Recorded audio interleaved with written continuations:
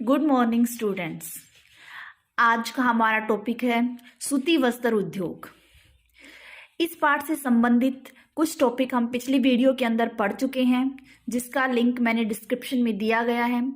इसलिए आप पहले फर्स्ट वीडियो देखें, उसी के बाद नेक्स्ट वीडियो पर आएं। आइए शुरू करते हैं। सूती वस्त्र उद्योग। सूती वस्त्र उद्योग भारत का एक बहुत ही महत्वपूर्ण और प्राचीनतम उद्योग है, मतलब बहुत ही पुराना उद्योग है।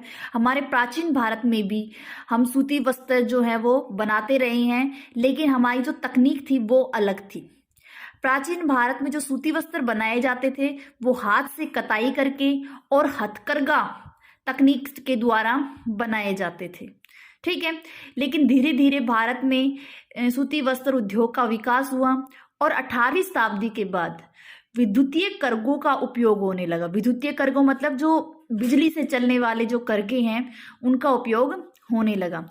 उपनिवेशिक काल के दौरान, उपनिवेशिक काल क्या होता है? जब भारत जो है वो अंग्रेजों का गुलाम था, उस समय जो हमारे परंपरागत उद्योग थे उनको बहुत ज़्यादा हानि हो गई थी, क्योंकि जो हमारे उद्योग जो थे वो इंग्लैंड के जो मशीनों से बनने वाले कपड़े थे उनके साथ प्रतिस्पर्धा नहीं कर पाए थे, उनकी होड़ नहीं कर पाए थे, ठीक है। मतलब ये एक बहुत ही प्राचीन उद्योग है भारत का, और भारत में काफ़ी लंबे समय से सूती वस्त्रों का निर्माण चल रहा है। लेकिन पहले पुरानी तकनीक से होता था, हाथ से कताई से और हथकरघा से या चरखों के द्वारा जो है ये सूती वस्त्र उद्योग जो है वो चल रहा था। लेकिन धीरे धीरे अब इसमें विकास हुआ और अब विद्युतीय करघों का उपयोग होने लगा है, बिजली से चलने वाले करघों का उपयोग होने लगा है।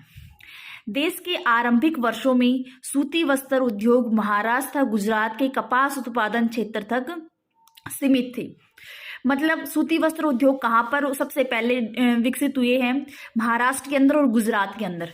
महाराष्ट्र और गुजरात में ही क्यों उत्पन्न हुए हैं? क्योंकि महाराष्ट्र व गुजरात के अंदर कपास का उत्पादन अधिक किया जाता है।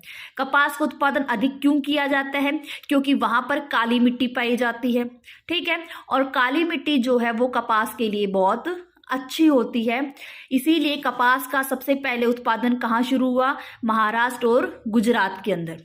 इसके अलावा जो महाराष्ट्र और गुजरात जो राज्य हैं भारत के, वो तटीय क्षेत्रों के साथ सीमा बनाते हैं, ठीक है। तो वहां पर पानी भी आराम से उपलब्ध हो जाता है, ठीक है।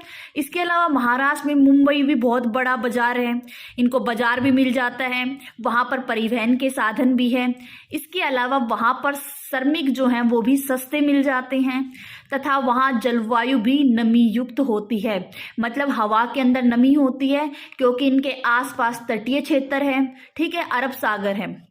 इसीलिए जो आरंभिक वर्ष है, मतलब सूती वस्त्र उद्योग जो है वो सबसे पहले महाराष्ट्र और गुजरात के अंदर विकसित हुआ था, ठीक है।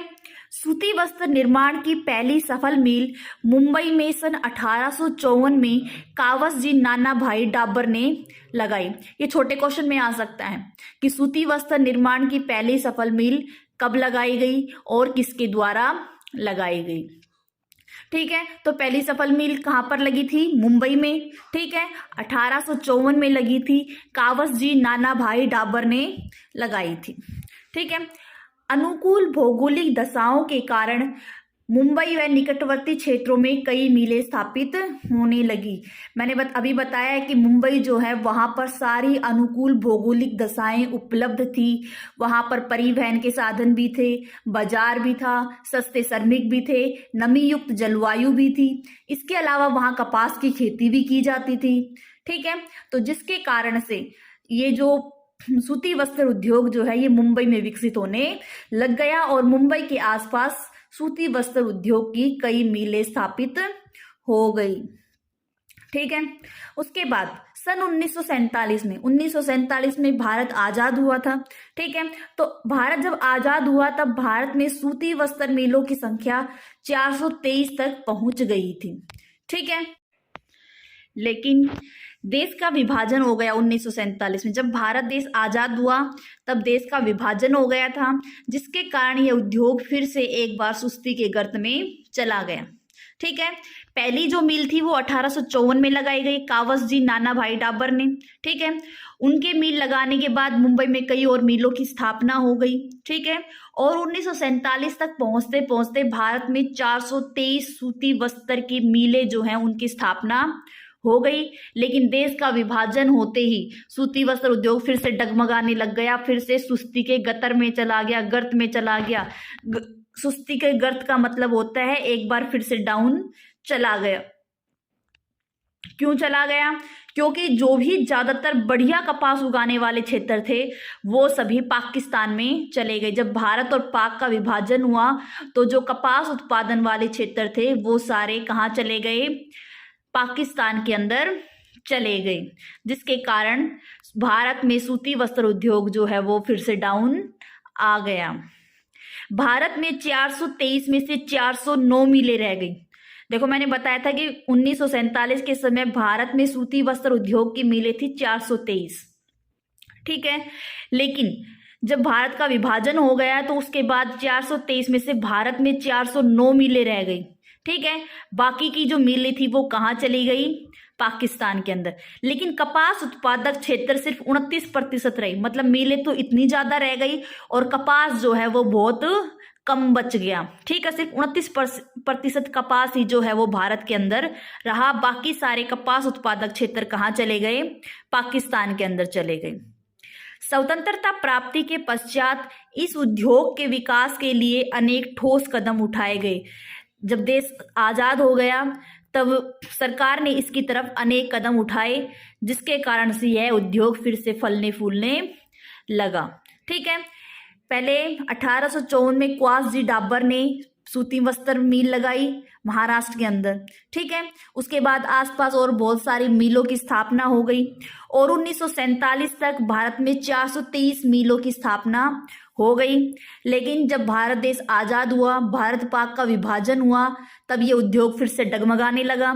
ठीक है। फिर से सुस्ती के गर्त में चला गया, क्योंकि जो भी बढ़िया कपास के क्षेत्र थे वो सारे पाकिस्तान में चले गए थे। ठीक है। लेकिन भारत पाक विभाजन के बाद सरकार ने इसके लिए कुछ ठोस कदम उठाए, जिसकी वजह से यह उद्योग फिर से फलने फूलने लगा। ठीक है। आगे पढ़ते हैं। मुंबई भारत में सूती वस्त्र निर्माण का सबसे बड़ा केंद्र है। ठीक है। भारत में सूती वस्त्र निर्माण का सबसे बड़ा केंद्र कौन सा है? मुंबई है। ठीक है। मिलों की अधिकता और उत्पादन की विभिन्नता के कारण इसे सूती वस्त्रों का विराट नगर कहते हैं। इंग्लिश में बोलते हैं कॉटनोपोलिस ऑफ इंडिया। क्वेश्चन आएगा कि कॉटनोपोलिस ऑफ इंडिया किसको कहते हैं, या सूती वस्त्रों का विराट नगर किसे कहते हैं? 4 ऑप्शन दे दिए जाएंगे तो यहाँ पर एक छोटे नंबर का प्रश्न बनता है। ठीक है। तो ये बहुत इंपॉर्टेंट है, जिसको याद रखना है कि कॉटनोपोलिस ऑफ इंडिया किसे कहते हैं या सूती वस्त्रों का विराट नगर कौन सा है। लेकिन यह उद्योग अब मुंबई से अहमदाबाद की ओर बढ़ रहा है। ठीक है। पहले यह उद्योग कहाँ विकसित हुआ था? मुंबई के अंदर। लेकिन धीरे धीरे मुंबई में यह उद्योग खत्म हो रहा है और अहमदाबाद में यह विकसित हो रहा है। तो इसका कारण क्या है? क्योंकि मुंबई जो है वो एक बड़ा शहर बन चुका है। वहां पर अब जो कपास के लिए जो भौगोलिक दशाएं उपलब्ध थी वो धीरे धीरे खत्म होने लगी हैं।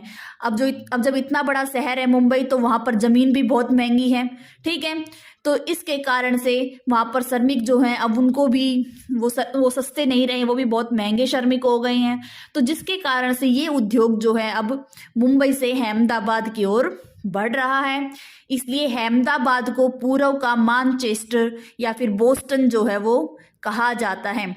जो मैनचेस्टर है वो सूती वस्त्र उद्योग के लिए फेमस है, इसीलिए उसके नाम पर अहमदाबाद को पूर्व का मैनचेस्टर या फिर बोस्टन कहा जाता है। इसमें क्वेश्चन 1 नंबर का बनता है कि पूर्व का मैनचेस्टर किसे कहते हैं?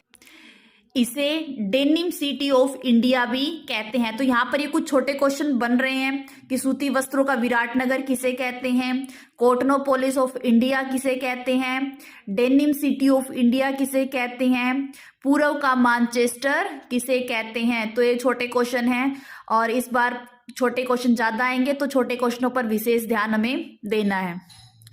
कानपुर को उत्तर भारत का मैनचेस्टर कहते हैं। ठीक है। ये भी छोटा क्वेश्चन बन रहा है।